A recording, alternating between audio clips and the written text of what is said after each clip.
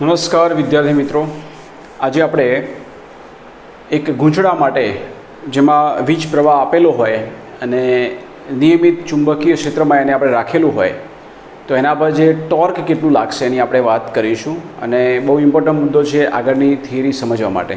બરાબર? તો આપણી જે થિયરી છે એનું નામ છે એક ગૂંચળું છે. એ ગૂંચળું કેવું? તો વીજ પ્રવાહાધારિત. એટલે આવું લખી શકીએ કે વીજ પ્રવાહાધારિત ગૂંચળા પર લાગતું ટોર્ક, જેને આપણે નિયમિત ચુંબકીય ક્ષેત્રમાં મૂકવાનું છે. એટલે નિયમિત ચુંબકીય ક્ષેત્રમાં મૂકેલા વિદ્યુત પ્રવાહાધારિત ગૂંચળા પર લાગતું ટોર્કનું સમીકરણ આપણે તારવવાનું છે. બરાબર છે?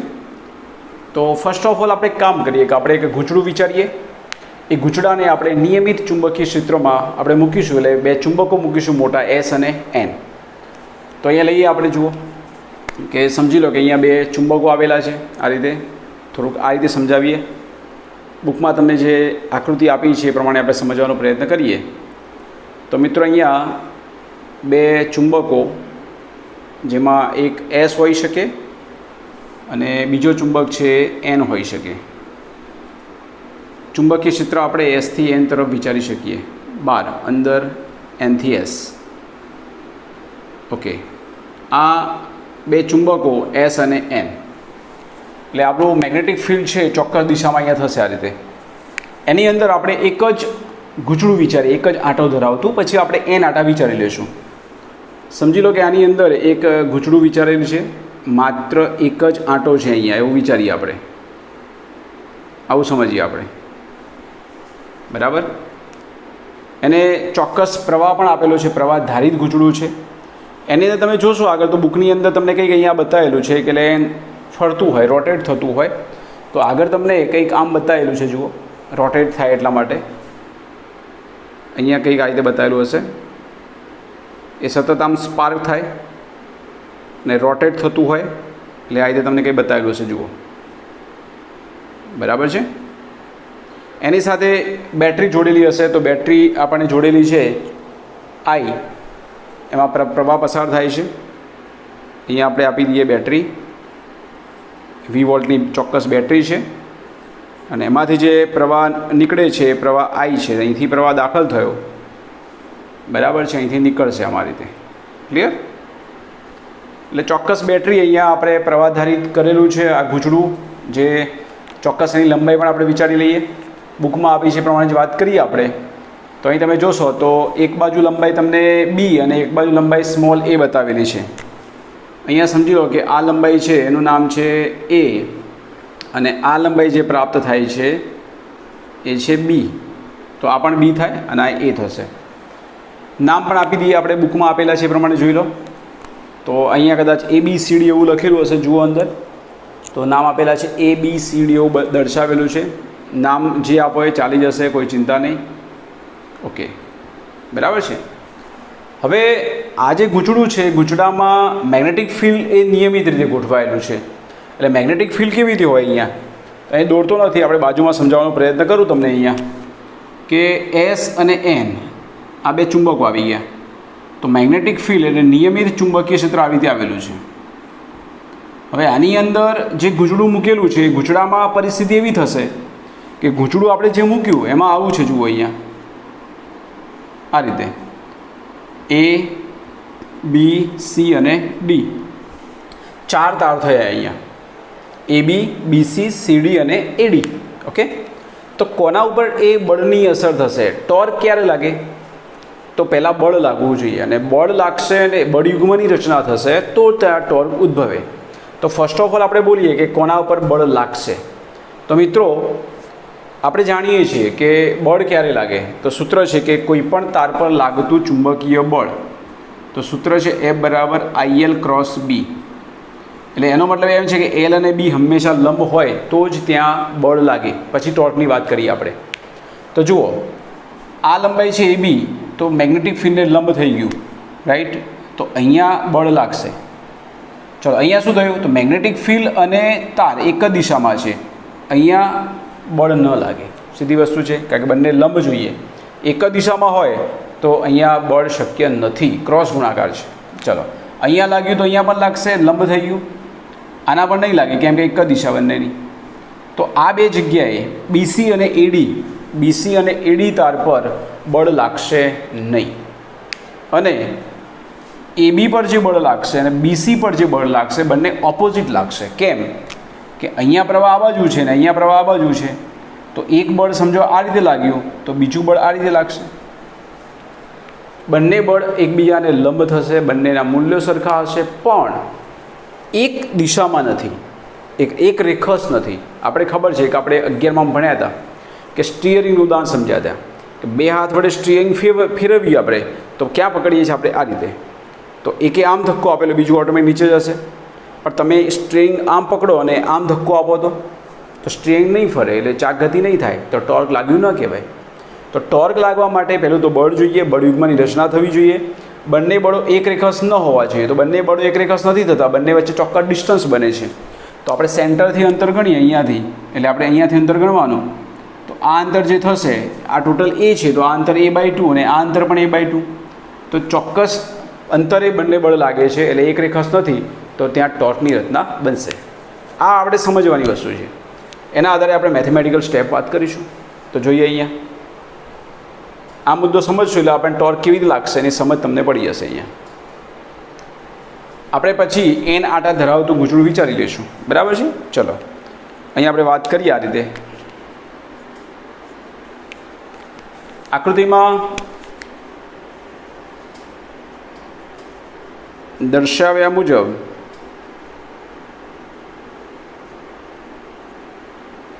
ABCD એટલે એક ગૂંચળું, એક લંબચોરસ ગૂંચળું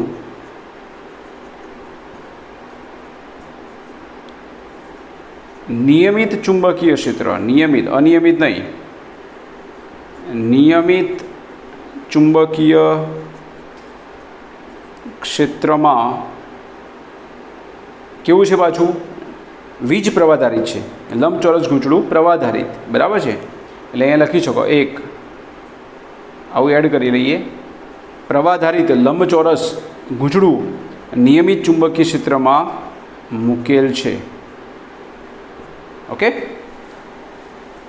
હવે આપણે એની અંદર જે મેગ્નેટિક ફિલ્ડની અસર અને એમાં પ્રવાહનું મૂલ્ય, તો પ્રવાહનું મૂલ્ય આપણે શું વિચાર્યું છે? તો પ્રવાહનું મૂલ્ય છે અહીંયા I. ઓકે, ચલો અહીંયા વાત કરીએ આપણે. લંબચોરસ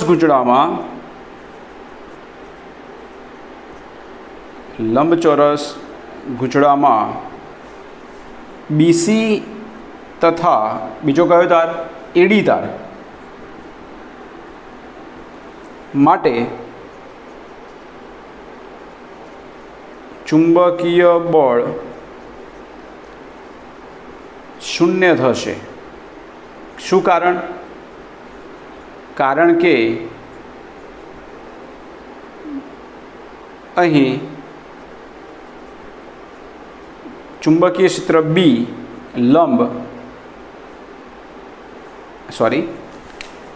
સમાંતર, અહીં B સમાંતર L છે. સૂત્ર શું છે Fનું? IL cross B. એટલે લંબ હોય તો લાગે B અને ચુંબકીય ક્ષેત્ર અને એની લંબાઈ જે હોય, લંબાઈનું નામ શું છે? A છે. એટલે B અને A, સ્મોલ a અને L, એની જગ્યાએ આપણે L વિચારીએ. સમાંતર છે તો ત્યાં બળ લાગશે નહીં. ચલો બીજી વાત, અહીંયા AB તાર માટે, AB તાર પર લાગતું ચુંબકીય બળ શું થાય? તો એ જે થાય એને આપણે બોલીએ F1. ચલો F1 શું થશે? તો સૂત્ર શું વિચારવાનું આપણે? F બરાબર IL ક્રોસ B. સૂત્ર આ છે, F બરાબર IL ક્રોસ B. આ સૂત્ર છે આપણું. બરાબર? ઓકે, તો F આ સૂત્ર વાપરીએ આપણે તો થશે અહીંયા પ્રવાહ I છે, આની લંબાઈ શું? આની લંબાઈ છે B ક્રોસ B. હવે તમે જુઓ કે મેગ્નેટિક ફિલ્ડ કઈ બાજુ, તો મેગ્નેટિક ફિલ્ડ આ રીતે છે, ચુંબકીય ક્ષેત્ર બીની દિશા આ બાજુ છે, આ રીતે. તો બંને કેવા થયા એકબીજાને આ લંબ, બરાબર. એટલે અહીંયા લખીશું આપણે કે બી લંબ બી, એટલે કે લંબાઈ અને ચુંબકીય ક્ષેત્ર એકબીજાને લંબ છે. તો આ સૂત્ર લખાય IBB sin 90, એટલે આપણો જવાબ થશે IBB. આ થયું આપણું F1, બરાબર છે.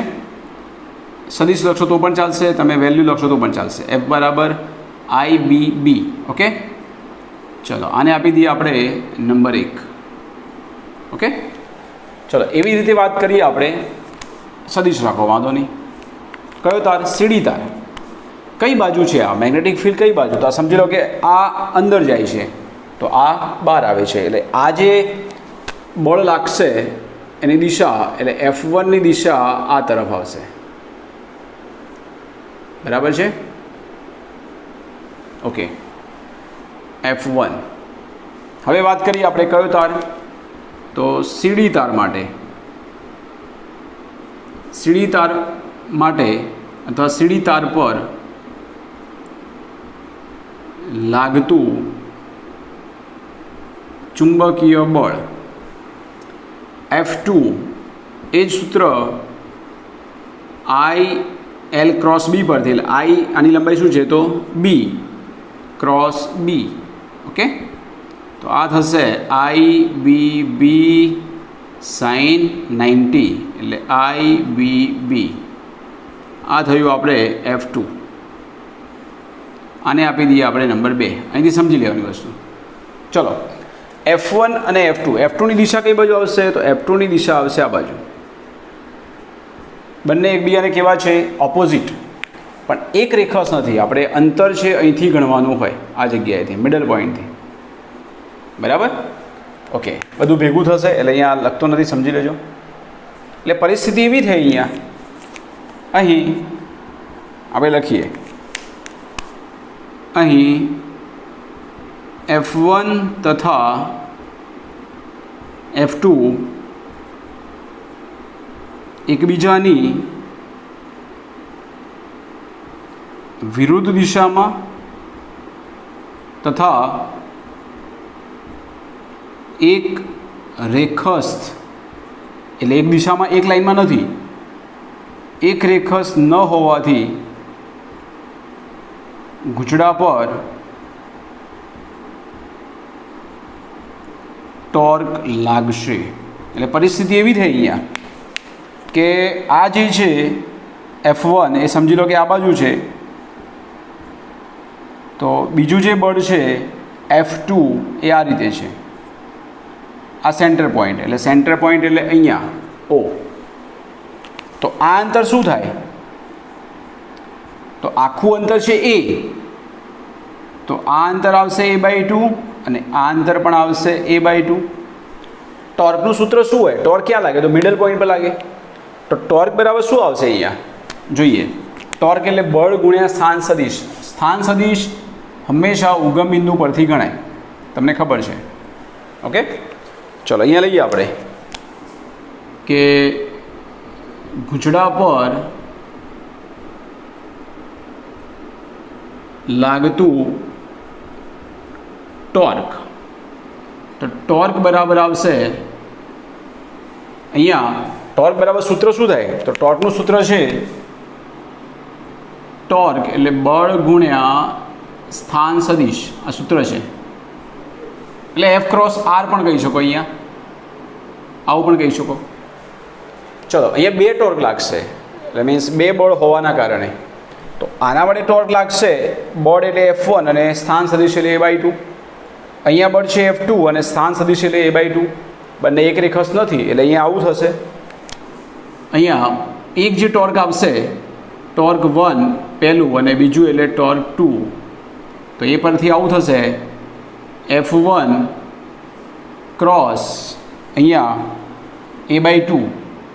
એટલે અહીંયા જે આપણને મળે છે F1 ક્રોસ A/2, એટલે ખાલી વેલ્યુ મૂકીએ અહીંયા, બંને બે લંબ જ છે, બરાબર છે. એટલે સીધું મૂકો તો બી ચાલી જાય કે F1 ઇન્ટુ a/2 ખાલી વેલ્યુ મૂકીએ પ્લસ F2 ઇન્ટુ a/2 માત્ર વેલ્યુ મૂકીએ આપણે, એટલે આને આપણે અદિશ સ્વરૂપે લખીએ ખાલી. હવે તમે જુઓ કે F1 F2ની વેલ્યુ તો સેમ છે. F1ની વેલ્યુ પણ IBB અને પહેલાંની વેલ્યુ પણ IBB, એટલે અહીં લખીએ આપણે કે F1 બરાબર F2 ઇઝ ઇક્વલ ટુ, અને આપણે F બોલી દઈએ તો બી ચાલીએ ને, F જેની વેલ્યુ શું છે IBB ચાલે ને. તો શું લખશો એને તમે? તો અહીંયા તમે લખશો F into a/2 plus F into a/2. તો આનો મતલબ એવો કહેવાય અહીંયા કે બે વખત વસ્તુ થઈ ગયા, એટલે F ઇન્ટુ a આવું થવાનું ને. F એટલે કેટલા? તો IBB ઇન્ટુ a. અહીં તમે આવું લખો IAB ઇન્ટુ b. ચાલો અહીં સમજવાનો પ્રયત્ન કરજો. AB શું થાય? A એટલે લંબાઈ, સમજી લો કે A એટલે પહોળાઈ અને B એટલે લંબાઈ. તો લંબાઈ ગુણ્યા પહોળાઈ કર્યું એટલે તમને શું મળી જાય? ગૂંચળાનું ક્ષેત્રફળ. A ગુણ્યા B, લંબાઈ ગુણ્યા પહોળાઈ, એટલે AB શું આવશે? તો AB જે આવશે ઇઝ ઇક્વલ ટુ આવશે કેપિટલ A, મીન્સ જે ગૂંચળું છે એ ગૂંચળાનું ક્ષેત્રફળ થશે. ઓકે, તો તમે લખી શકો અહીંયા ટોર્ક બરાબર IAB, આવું લખી શકાય. આ અદિશ સ્વરૂપ થયું. અને તમે સદિશ સ્વરૂપે લખવું હોય, સદિશ સ્વરૂપે આવું લખાય ટોર્ક બરાબર IA ક્રોસ B.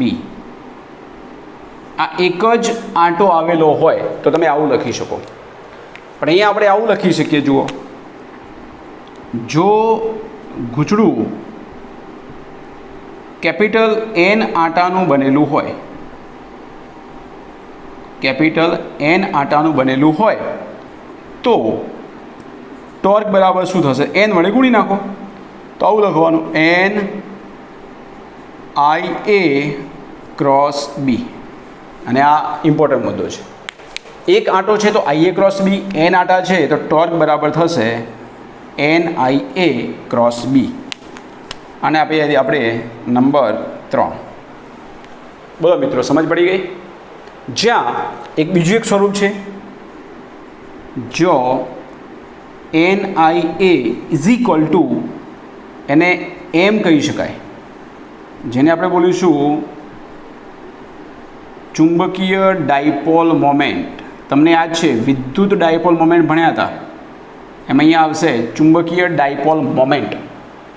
તો NIA એને આપણે એમ વડે દર્શાવી શકીએ. તો ધેરફોર આવું પણ કહી શકાય ટોર્ક બરાબર M ક્રોસ B. તમને કંઈક યાદ આવ્યું કે મેં તમને એ વખતે વાત કરી હતી જ્યારે ચેપ્ટર 1 તમે ભણતા હતા ત્યારે, કે આવું કંઈક આવશે? તમે યાદ કરો વિદ્યુત માટે. તો વિદ્યુત માટે ટોર્ક શું ભણ્યા હતા? તો વિદ્યુત માટે તમે ટોર્ક ભણ્યા હતા ટોર્ક બરાબર P ક્રોસ E. યાદ આવે છે તમને?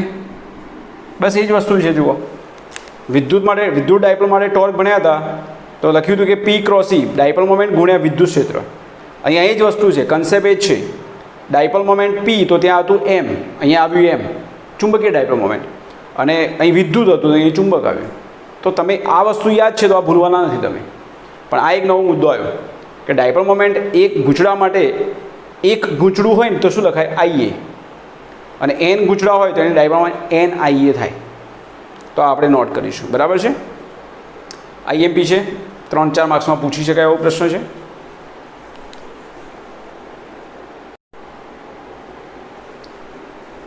ઉદાહરણ 4.10 જે MCQ ટાઈપનો પ્રશ્ન કહી શકાય. બરાબર છે? સમજવાનું છે, આમાં કંઈ ખાસ છે નહીં, MCQ કહી શકાય એક ટાઈપનો. પણ અહીંયા જે વાત કરી છે કે પૃથ્વીનું ચુંબકીય ક્ષેત્ર, સમસી ઘટક પૃથ્વીનો, સમસી ઘટક એટલે આ રીતે, એટલે હોરિઝોન્ટલ ઘટક કહી શકાય, અને બીજો લંબ ઘટક પણ આવે, બી વર્ટિકલ, એ આપેલું છે. અને એક તાર છે જેમાં 1 એમ્પિયર પ્રવાહ વહન પામે છે. તેમાં એવું કહે છે કે મેગ્નેટિક ફિલ્ડ જે છે એ બે રીતે વહન પામતું હોય. પહેલો મુદ્દો તમને એવું કહે છે અહીંયા કે પૂર્વથી પશ્ચિમ તરફ વિદ્યુત પ્રવાહની દિશા એ પૂર્વથી પશ્ચિમ તરફ હોય, અને બીજામાં તમને આપ્યું છે કે દક્ષિણથી ઉત્તર તરફ હોય. તો બંને ઘટનામાં એકમ લંબાઈ દીઠ એના પર લાગતું ચુંબકીય બળ શું હોય તાર પર? તો પહેલી વાત એ છે કે ચુંબકીય ક્ષેત્ર તમને જે લખેલું છે કે ભૌગોલિક દક્ષિણથી ભૌગોલિક ઉત્તર તરફ હોય, એ આપણે પહેલાં સમજી લઈએ. નેક્સ્ટ ચેપ્ટરમાં આવશે જ વાતો. પણ પૃથ્વીનું મેગ્નેટિક ફિલ્ડ કેવી રીતે હોય? તો મિત્રો પૃથ્વી આ રીતે છે, પૃથ્વી આ રીતે છે. આ જે મિત્રો થયું અહીંયા આ પૃથ્વી છે, તો એની દિશા આપણે બોલવી હોય હંમેશા તો આપણે આ રીતે વિચારવું પડે. આ કઈ થાય? તો આ રીતે આપણે મૂકીએ તો આ થશે પૂર્વ, બરાબર છે. આ થશે પશ્ચિમ, બરાબર છે. એટલે આ લખી છે કે ઈસ્ટ વેસ્ટ. અહીંયા શું આવશે? નોર્થ અને અહીંયા સાઉથ. હવે એકચ્યુઅલી અંદર શું છે? તો જે બાજુ આપણી ઉત્તર દિશા છે ત્યાં મેગ્નેટનો એસ ધ્રુવ છે, અને જ્યાં આપણો સાઉથ ધ્રુવ છે ત્યાં અંદર એન ધ્રુવ છે. પૃથ્વીનું જે ચુંબકીય ક્ષેત્ર અંદર છે, ઉત્તર બાજુ અંદર એસ છે અને દક્ષિણ બાજુ અંદર ઉત્તર છે. મેગ્નેટિક ફિલ્ડ કેવી રીતે હોય? તો મેગ્નેટિક ફિલ્ડ અંદર પૃથ્વીની અંદર એ એસથી એન તરફ છે, પણ બહાર આપણને કેવું દેખાય? તો બહાર આપણને આવું દેખાય. એ કઈ બાજુ છે? તો એસથી એન. એટલે એસથી એન એટલે ક્યાં? તો ભૌગોલિક દક્ષિણથી ભૌગોલિક ઉત્તર. એટલે પૃથ્વીનું ચુંબકીય ક્ષેત્ર દક્ષિણ દિશાથી ઉત્તર દિશા તરફ છે, પણ પૃથ્વીની અંદર ઉલટું છે. પૃથ્વીની અંદર આ રીતે છે. એટલે મેગ્નેટિક ફિલ્ડ એ આ રીતે હોય, જે નોર્થ ધ્રુવ છે ત્યાં અંદર એસ હોય અને એસ છે ત્યાં એન હોય, અને અંદર નીકળે એસથી એન એટલે બહાર લાગે એનથી એસ. પણ એન બાજુ કયો ધ્રુવ હોય? દક્ષિણ. એટલે લખ્યું છે કે ભૌગોલિક દક્ષિણથી ભૌગોલિક ઉત્તર તરફ આપણું મેગ્નેટિક ફિલ્ડ છે. આ એક સમજૂતી હતી, એને કોઈ આ પ્રશ્ન લેવા દેવા નથી, પણ તમને સમજ પડે એટલા માટે. આની ડિટેલમાં આપણે આગળ વાતો કરવાની છે. ચલો છોડવાને. હવે અહીંયા જે વાત કરી છે કે તારમાં વહેતો પ્રવાહ કેવી રીતે આવેલો છે, હું સમજાવી દઉં, તમે જાતે ગણી લેજો. અહીંયા દિશાની વાત કરીએ તો એવું છે અહીંયા કે આ નોર્થ, આ સાઉથ, અહીંયા કયું છે? તો અહીંયા ઈસ્ટ અને અહીંયા વેસ્ટ. કોઈ પણ ગ્રાફ આપણે આ રીતે વિચારવાનો, કઈ બાજુ? ઉત્તર બાજુ રાખીને. ચલો પહેલાં આપણે તારમાં શું આપ્યું કે તારમાં જે પ્રવાહ જાય છે એ આપણે આપ્યું પૂર્વથી પશ્ચિમ. કેવું આપ્યું? શું આપ્યું છે? પૂર્વથી પશ્ચિમ તરફ. પૂર્વથી પશ્ચિમ તરફ અહીંયા જતો હોય પ્રવાહ, પૂર્વથી પશ્ચિમ, એટલે કે તાર આપણો આ રીતે છે. ચલો પૃથ્વીનું ચુંબકીય ક્ષેત્ર કઈ બાજુ હોય? તો પૃથ્વીનું ચુંબકીય ક્ષેત્ર એસથી એન તરફ હોય. તો પૃથ્વીનું ચુંબકીય ક્ષેત્ર બી આ રીતે, પ્રવાહની દિશા આ બાજુ એટલે લંબાઈ એ બાજુ આવી ગઈ. તો એલ અને બી કેવા થયા? લંબ. એલ અને બી લંબ થયા તો તાર પર લાગતું ચુંબકીય બળ એટલે તમે જાણો છો કે આઈ એલ ક્રોસ બી. બંને લંબ હોય તો બળ લાગશે. કેટલું? તો આઈ એકમ લંબાઈ દીઠ એટલે એલ તરીકે 1 લેવાનું છે. તો આઈ એલ બી, L1 લઈ લો તો આઈ બી. પ્રવાહ કેટલો છે? 1, બરાબર છે. અને મેગ્નેટિક ફિલ્ડ છે 3 ગુણ્યા 10⁻5. તો આપણો જવાબ આવશે 3 ગુણ્યા 10⁻5 ટેસ્લા. ઇઝી વસ્તુ છે. પણ જ્યારે એમ વાત કરી કે તાર આ રીતે છે, એટલે પ્રવાહ જે જાય છે એ દક્ષિણથી ઉત્તર કે ઉત્તરથી દક્ષિણ, તો એલની દિશા અને બીની દિશા એક જ થશે, કાં તો પ્રતિ સમાંતર કાં તો સમાંતર થશે. બંને એક જ દિશામાં આવી ગયા તો થીટા થઈ ગયો 0 અથવા થીટા 180. કોઈ પણ લો. આ સૂત્ર મુજબ ગણતરી કરશો તો લાગતું ચુંબકીય બળ 0 થાય. હંમેશા તાર ચુંબકીય ક્ષેત્રને લંબ હોય તો જ ત્યાં બળ લાગશે. તો તમે આ પ્રમાણે ગણતરી કરી લેજો. બરાબર. MCQ જેવો પ્રશ્ન છે અહીંયા.